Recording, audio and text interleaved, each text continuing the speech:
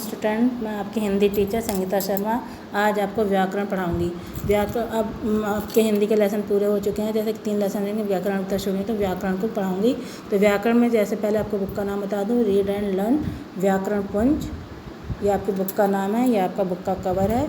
अब आप बुक का लेसन देखिए। पहला लेसन है भाषा, लिपि और व्याकरण। इसका पहला पेज देख लीजिए। भाषा, लिपि और व्याकरण में पहले पेज में क्या लिखा है। तो इसमें पूरे में पेज में भाषा के बारे में बताया गया। तो भाषा शब्द का शब्द संस्कृत की भाष धातु से बना है, जिसका अर्थ है बोलना। बोलना यानी हम जो मुख से जो भी कुछ बोलेंगे वो हमारी जो भी हम दूसरे को एक दूसरे से बोलकर अपनी बातों को आचार एक दूसरे से व्यक्त करते हैं, उसको हम भाषा कहते हैं। तो भाषा साधारण शब्दों में हम कह सकते हैं भाषा भावों और विचारों के आदान प्रदान का माध्यम है।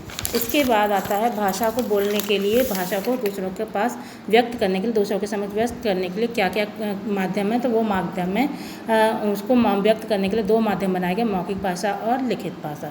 अब मौखिक भाषा जैसे दूरदर्शन, रेडियो, समाचार आदि पर हम जो बोलकर व्यक्त करते हैं और वो हमें सुनाई देती है, उसको हम मौखिक भाषा, वो हमें दिखाई नहीं देती, उसको हम मौखिक भाषा कहते हैं।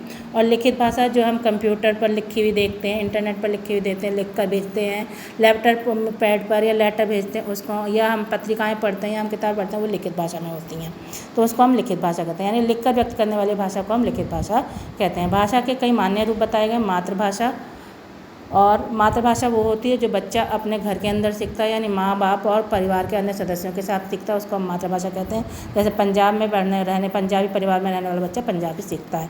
उसके बाद राजभाषा आती है। राजभाषा आती है सारे संविधान में जो हमारे राजकाज की भाषा होती है, उसको हम राजभाषा कहते हैं। जैसे हमारे भारत की राजभाषा है हिंदी, और हिंदी को हमारे सरकारी कामकाज में व्यक्त किया जाता है। और प्रतिवर्ष 14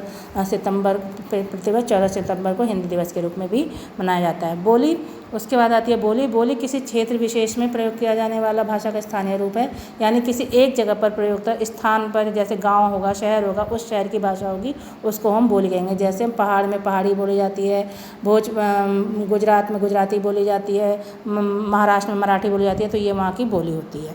और भाषा और बोली में फिर अंतर क्या बताया गया। भाषा और बोली का अंतर है कि भाषा का क्षेत्र व्यापक है, यानी भाषा में हम साहित्य की रचना करते हैं। भाषा पूरे राष्ट्र में बोली जाती है, पूरे देश में बोली जाती है। जैसे हिंदी हमारी भाषा है तो सब जगह बोली जाती है, इसलिए उसका क्षेत्र व्यापक है। लेकिन बोली का क्षेत्र सीमित है, जैसा कि मैंने बताया कि बोली गुजरात में बोली जाएगी तो गुजराती होगी, बंगाल की होगी तो बंगाली होगी, तो इसलिए उसका क्षेत्र छोटा होता है। ठीक है। और भाषा में हम साहित्य की रचना कर सकते हैं, लेकिन बोली में हम साहित्य की रचना नहीं कर सकते। इसके बाद आता है लिपि। लिपि जो है किसी भी भाषा को लिखने और पढ़ने का जो ढंग होता है, उसको हम लिपि कहते हैं। हम जिस भी भाषा को लिखेंगे पढ़ेंगे, उसको लिखने के ढंग को हम लिपि कहेंगे। तो जैसे कि हमारी हिंदी की लिपि, तो भाषा को उसकी परिभाषा क्या होगी, भाषा और ध्वनियों को लिखने के लिए लिखित चिन्हों के लिखने का जो ढंग होता है, उसको हम लिपि कहते हैं। इसको लिखने का इनकी भाषाएं हैं संस्कृत की, जैसे देवनागरी, मराठा की है देवनागरी, संस्कृत, मराठी, हिंदी, नेपाली, इनकी देवनागरी कही गई है। उर्दू की फ़ारसी है, अंग्रेजी की रोमन है, फ्रेंच की रोमन है, और पंजाबी की गुरुमुखी।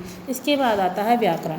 व्याकरण जैसा कि हमारे बुक का नाम ही व्याकरण है, हमारे शब्द तो व्याकरण वो है शास्त्र, उस शास्त्र को कहते हैं जो किसी भाषा को शुद्ध रूप से लिखना पढ़ना सिखाता है। यानी व्याकरण के बिना हमारा कोई भी चैप्टर अधूरा है, कोई भी किताब अधूरी है, चाहे वो हिंदी में हो चाहे वो इंग्लिश में हो। जैसे अशुद्ध वाक्य हो गया, मान लीजिए व्याकरण को सुधार हम कैसे समझेंगे। एक अशुद्ध वाक्य है जल्दी जाओ हम सब लोग जाने को हैं, ये दोनों वाक्य हमें गलत लगते हैं। क्यों गलत लगते हैं? इसका शुद्ध रूप है जल्दी आइए और हम सभी लोग जाने के लिए तैयार हैं। तो ये वाक्य सही है। तो इसलिए व्याकरण जो है वो वाक्यों को, गलत वाक्यों को यानी गलत शब्दों को शुद्ध रूप में लिखना और पढ़ना सिखाता है। तो उसको हम व्याकरण में, वो व्याकरण का शास्त्र है, व्याकरण कहलाता है। तो व्याकरण इसके लिए यूज किया जाता है। फिर व्याकरण के अंग बताए गए हैं, उसको सीखने के लिए व्याकरण के 3 अंग बनाए गए हैं, वर्ण विचार, शब्द विचार और वाक्य विचार। वर्ण विचार के अंतर्गत ध्वनि, वर्ण भेद, यानी छोटा आ से लेकर ज्ञा से ज्ञानी तक जो लिखना पढ़ना सिखाया जाता है, उसको वर्ण विचार कहते हैं। शब्द विचार, इसके अंतर्गत उसके परिभाषा, शब्द की परिभाषा, शब्दों के भेद, उत्पत्ति, यानी शब्द कैसे बनाए जाते हैं, कैसे लिखे जाते हैं, इन जो छोटा आ से लेकर ज्ञा से ज्ञानी तक होता है, उन शब्दों को, उन वर्णों को शब्दों के रूप में पिरोना शब्द विचार पर आता है। फिर वाक्य विचार, इसमें वाक्य को भी परिभाषा, वाक्य के भेद, उपभागे, ये सब कैसे बनाए जाएंगे, इस सब के बारे में बताया जाता है। था, जैसे कि शब्दों को हमने जब पिरोया तो एक लाइन बनाई, एक लाइन बना के वाक्य बना, वाक्य और कई कई वाक्य बना के एक पैराग्राफ बना, और पैराग्राफ से लेकर पूरा चैप्टर तैयार हुआ। तो इस तरह व्याकरण का ये पाठ का सारांश आप इसमें देख लीजिएगा। मौखिक जो कुछ मुख्य बातें याद करने की होती हैं वो आप इसे याद कर लीजिएगा। इस तरह आपका पाठ मैंने पूरा कर दिया, पूरा समझा दिया है। उम्मीद करती हूँ आपको पाठ समझ में आ गया होगा।